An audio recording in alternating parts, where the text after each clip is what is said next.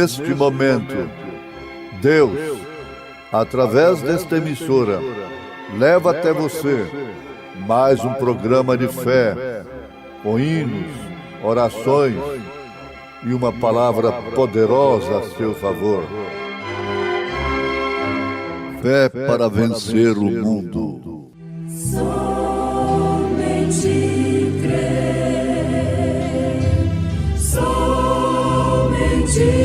crer,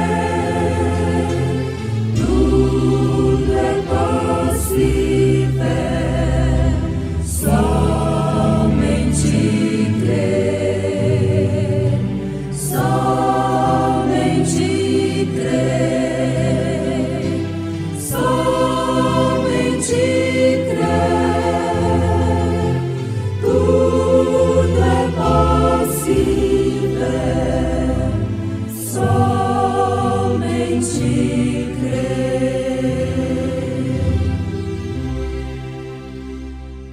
E eu, irmãos, quando fui ter convosco, anunciando-vos o testemunho de Deus, não fui com sublimidade de palavras ou de sabedoria, porque nada me propus saber entre vós, senão a Jesus Cristo e este crucificado. Sozinho foi que o Salvador sofreu lá no jardim o amargo fel ali bebeu, sofreu, penou por mim. Tão só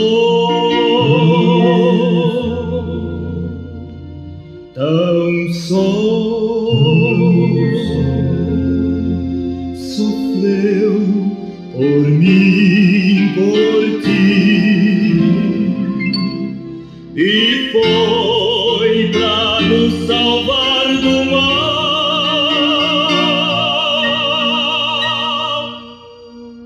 que padeceu.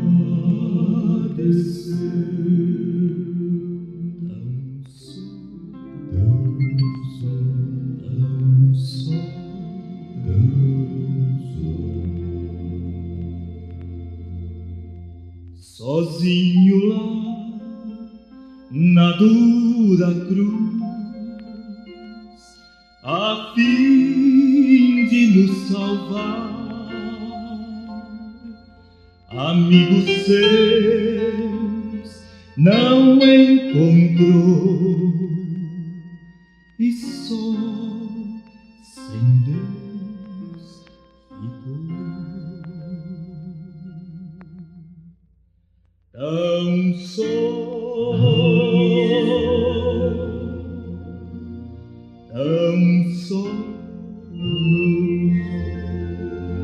sofreu por mim, por ti,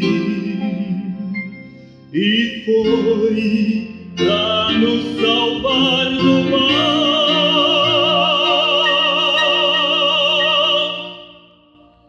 que padeceu. Tão só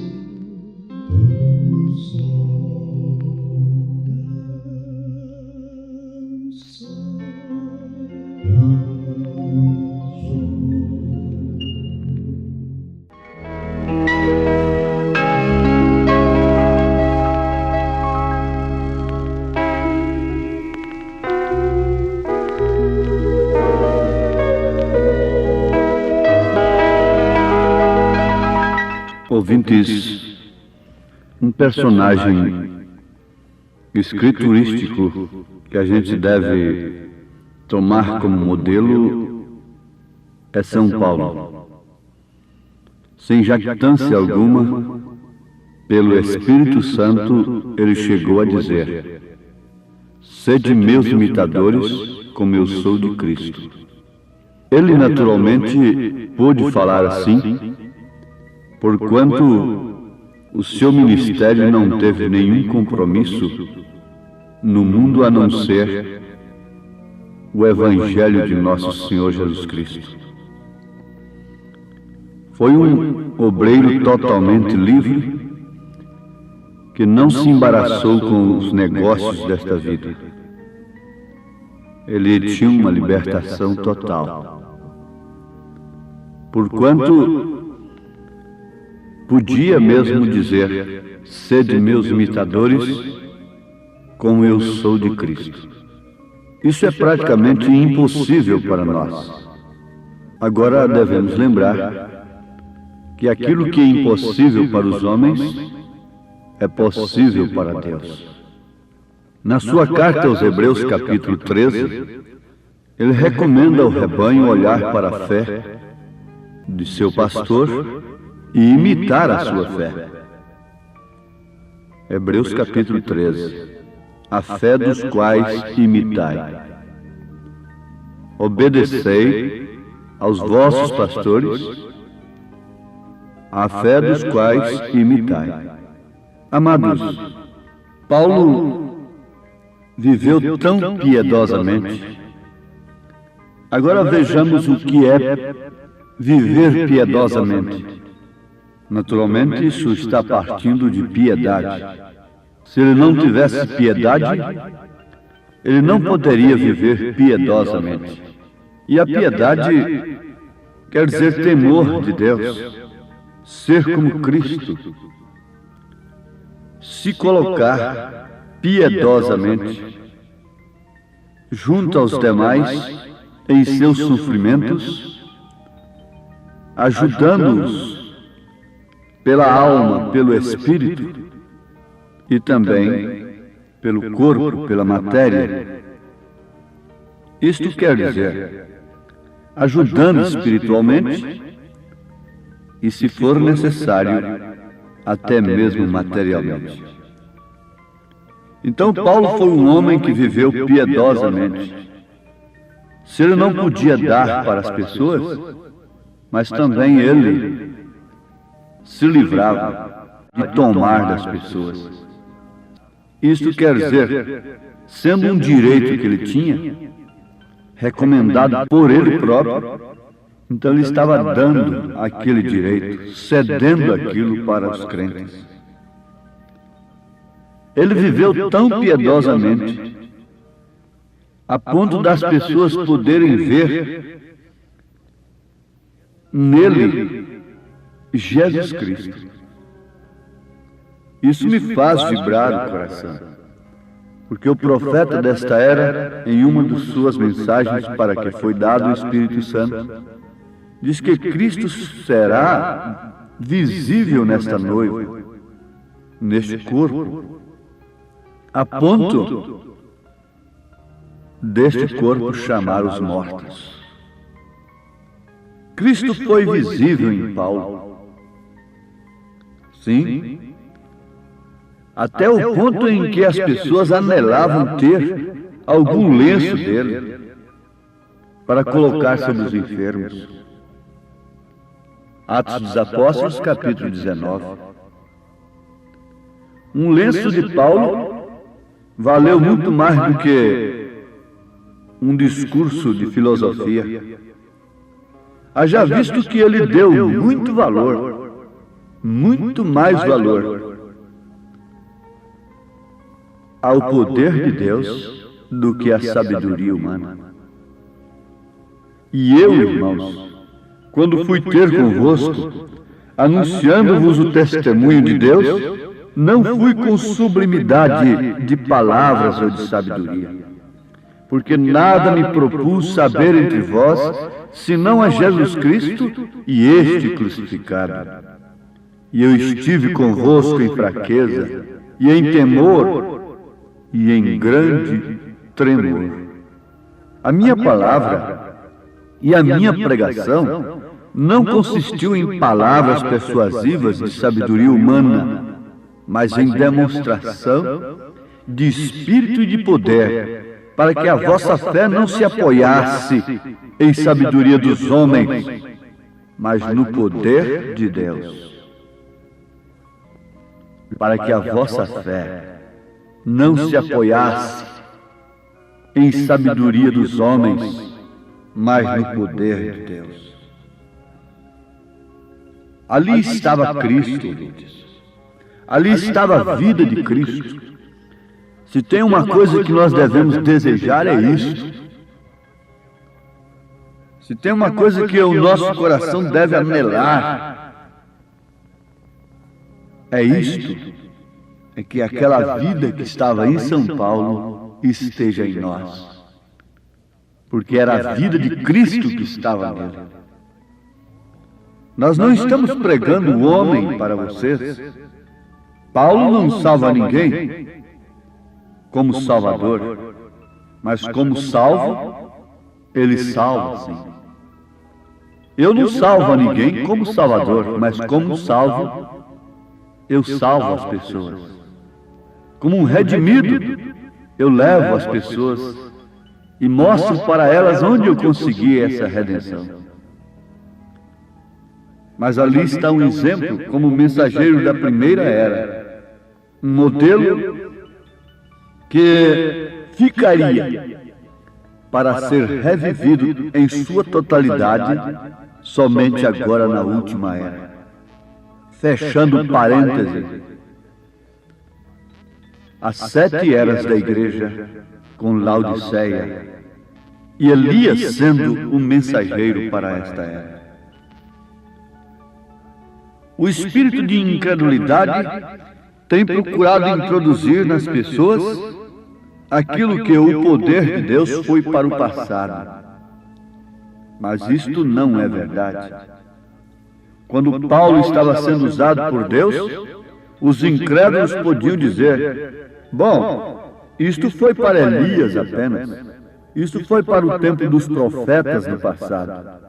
Mas ali estava presente o mesmo poder que houve em Josué, que houve em Moisés, que houve em Elias e em todos os profetas. Ali estava presente mostrando que ele era o mesmo, que ele não havia mudado.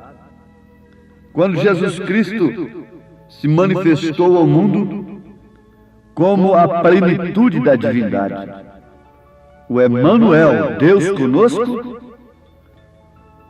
ele estava mostrando para o mundo que ali estava o mesmo poder que criou todas as coisas. Ali estava o mesmo Deus do Éden. Ali estava o mesmo Deus do Sinai. Ali estava o mesmo Deus da coluna de fogo. Aquilo que foi um tipo no passado, manifestado em tipo, agora estava ali em pleno cumprimento. Mas eles não puderam perceber, ainda que isto sendo a verdade. Vejam como o poder que esteve no passado estava ali no presente, demonstrando ser o mesmo ontem, hoje e eternamente. Ele tem vindo até nós através das eras. Lá estava Pedro, tão cheio da graça, tão cheio deste mesmo poder, a ponto das pessoas procurarem sua sombra. E quando passavam pelas sua sombra, eles eram curados de suas enfermidades, de seus males. Isso mostrando que Jesus Cristo não tinha ficado na sepultura e que o poder dos profetas não encerrou ali na morte de Cristo. Sim, a lei e os profetas duraram até Cristo. Quer dizer, o profeta da lei veio até João como anjo da aliança, mas logo teríamos os profetas da graça. Teríamos graça, seria uma nova etapa, porque é lei, graça e reino. Mas e na graça não tivemos profetas? O próprio Jesus foi um profeta da graça, em sua plenitude. Logo, os seus, aqueles a quem ele deu o espírito de profecia, o espírito da palavra perfeita, demonstraram e demonstram através das Escrituras que o espírito de profecia não deixou a terra, encerrando seu ministério com João Batista. Não. O próprio Paulo diz que Deus deu a uns como profetas, apóstolos. Isso não quer dizer esse profeta apenas dos dons carismáticos, e quer dizer, e está aí decidindo por casamento e tantas outras coisas envolvendo nas vidas das pessoas, como adivinhos. Um tem uma pedra de cristal na mão, outro tem um jogo de baralho, outro pede sua mão para ler a sorte, e na confusão, na balbúrdia pentecostal, estão ali eis e fazendo casamento e demais coisas. Não é isso. O espírito de profecia é aquele que sem o qual o povo se corrompe. O espírito de profecia é aquele que toma a palavra de Deus e anuncia ao povo no seu poder e na sua virtude. Esse é o espírito de profecia. Eles não viram em Paulo aquilo que o mundo natural espera dos homens que se põem na frente do povo. A revelação que Paulo tinha não dependia de um título de PH, LLD, RV, reverendíssimo ou coisa qualquer. Não era por títulos que Paulo tinha que eles creram nele. Não. Ele disse: eu me esqueci de todas essas coisas. A sabedoria humana tinha que morrer. Mas agora conheço a Cristo e o seu poder, no poder de sua ressurreição. E eu tenho vindo a vós com a demonstração do poder de Deus. O que aconteceu, ouvintes? Ali estava Jesus Cristo, mesmo ontem, hoje, eternamente, se manifestando através de Paulo, de Pedro, dos apóstolos, dos profetas da graça. Durante as eras nós tivemos isto, homens que sustentaram esse espírito de profecia, cheios do poder. É certo que hoje nós temos o conhecimento de Lutero, que estava cheio do poder de Deus para pregar que a salvação era de graça. Mas eu não posso ficar apenas com Lutero. Não. Nem tampouco com Wesley. Eu teria que voltar, teria que estar numa medida de fé e na palavra como estava São Paulo. Para isso Deus nos enviou um mensageiro como Paulo, para mostrar para o mundo que ele é o mesmo do dia de Paulo.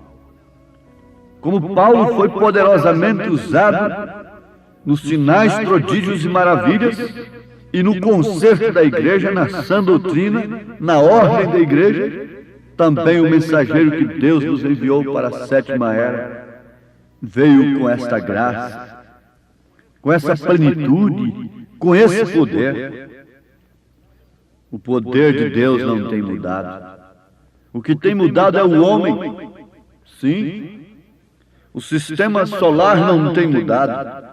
O zodíaco continua igual. A estrela da manhã sai em seu lugar no mesmo tempo cada manhã, tal como fez a primeira vez quando a terra foi criada.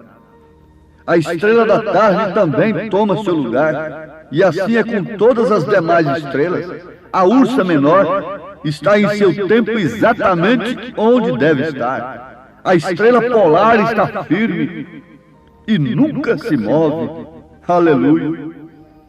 Tudo gira em redor dessa estrela, que é a estrela da manhã, porque se encontra no centro do universo, e essa estrela é Cristo. Quando você vê a estrela da manhã, ela está anunciando que Jesus Cristo é o mesmo ontem, hoje, eternamente. Ela está provando no zodíaco que há um Deus que é o mesmo, que não mudou, que não muda. Ele está ali firme e governa seu exército como um grande capitão.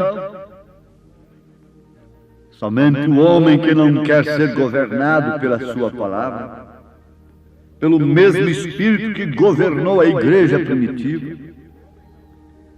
Somente o homem que não quer, mas todo zodíaco, toda a natureza está sendo governada pelo seu poder, por isso está em perfeita ordem. Mas o homem tem saído do seu plano, do plano de Deus, e tem feito como estribo a sabedoria humana. Mas Paulo diz que ela é loucura.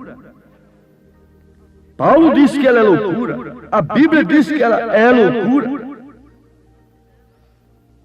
Mas ali está o grande capitão, tal como Moisés ali sobre o monte, com os braços levantados enquanto Israel estava pelejando, abrindo o caminho com a espada. Ele se manteve com as mãos levantadas até que se pôs o sol. Tiveram que ajudá-lo, na verdade, levantando seus braços no alto. Mas Moisés foi um tipo de Cristo, e para assegurar que suas mãos ficassem levantadas, para que ele tivesse suas mãos levantadas, foram cravadas sobre a cruz, lá no Calvário. Mas tem uma coisa, agora tem subido sobre todos os baluartes da glória com seu vestido ensanguentado e está ante Deus, à destra de sua majestade. A batalha é para todo soldado e cada um deve abrir seu próprio caminho, sem importar o que suceda. Abrir o seu caminho, não com o credo, não com a maneira de homens pensar, mas com a palavra de Deus. Assim abrirá o caminho para a liberdade, para a grande liberdade espiritual, para a grande liberdade da alma. As almas escravizadas, encarceradas hoje, gemem por algum motivo, porque se encontram presas. Ninguém foi criado para ser preso, mas as almas estão presas, encarceradas. Quando Jesus morreu, ele desceu lá e foi pregar para aqueles que foram rebeldes nos dias de Noé. E agora ele tem descido para pregar a estas almas, que estão aí com seus olhos rodeados de antimônio, com cigarros entre dedos, com suas unhas pintadas. Como homem, totalmente pervertido. Como mulher, nem se fala. Mas o poder de Deus tem se manifestado. Pode haver uma noite escura, nublada, mas a estrela da manhã está ali em algum lugar, detrás daquela nuvem. As estrelas estão ali em seu lugar. A noite está escura, mas as estrelas de Deus, aqueles em quem Cristo tem manifestado, como manifestou na igreja primitiva, na igreja de São Paulo, está em algum lugar. Talvez não possa ser vistas pelo mundo, desapareceram do mundo, das correntes sociais, religiosas, mas elas estão detrás destas nuvens, mostrando que o poder de Deus ainda está aqui, que o Espírito de Deus ainda está aqui. E se você é uma delas, receba graça nesse instante, para continuar brilhando, em nome de Jesus Cristo. Amém.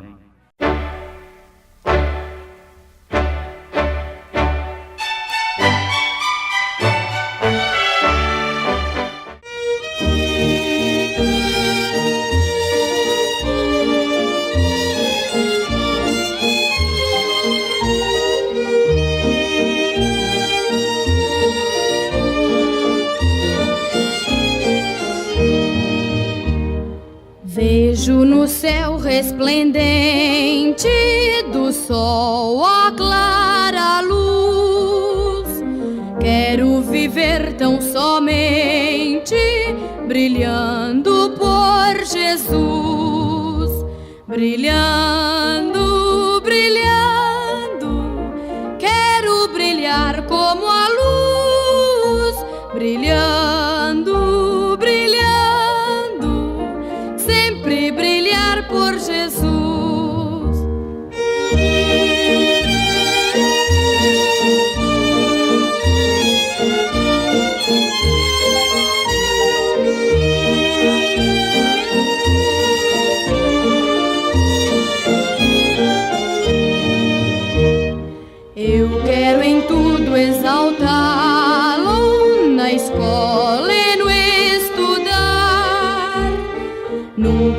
também olvidá-lo em casa e no brincar, brilhando, brilhando, quero brilhar como a luz, brilhando, brilhando, sempre brilhar por Jesus, brilhando, brilhando, quero brilhar como a luz, brilhando, brilhando, sempre brilhar por Jesus, sempre brilhar por Jesus, sempre brilhar por Jesus.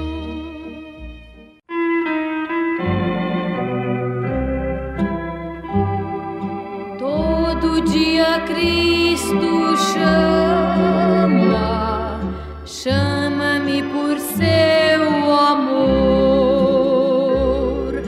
dá-me tua vida em serviço, terás gozo no Senhor. A Jesus pertence hoje, E Ele me pertence a mim, esse Salvador amável já uma vez morreu por mim. Agradar-lhe eu quero sempre, grande amigo na aflição. hoje e sempre enquanto eu vivo, quero andar por sua mão.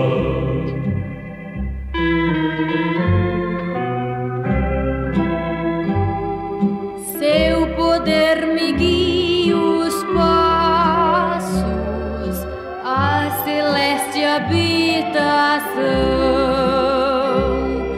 onde o Redentor dar-me ao braço com amor e emoção.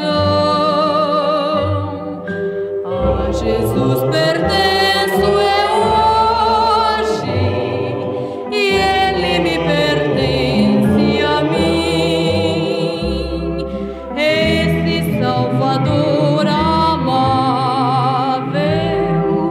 já uma vez morreu por mim.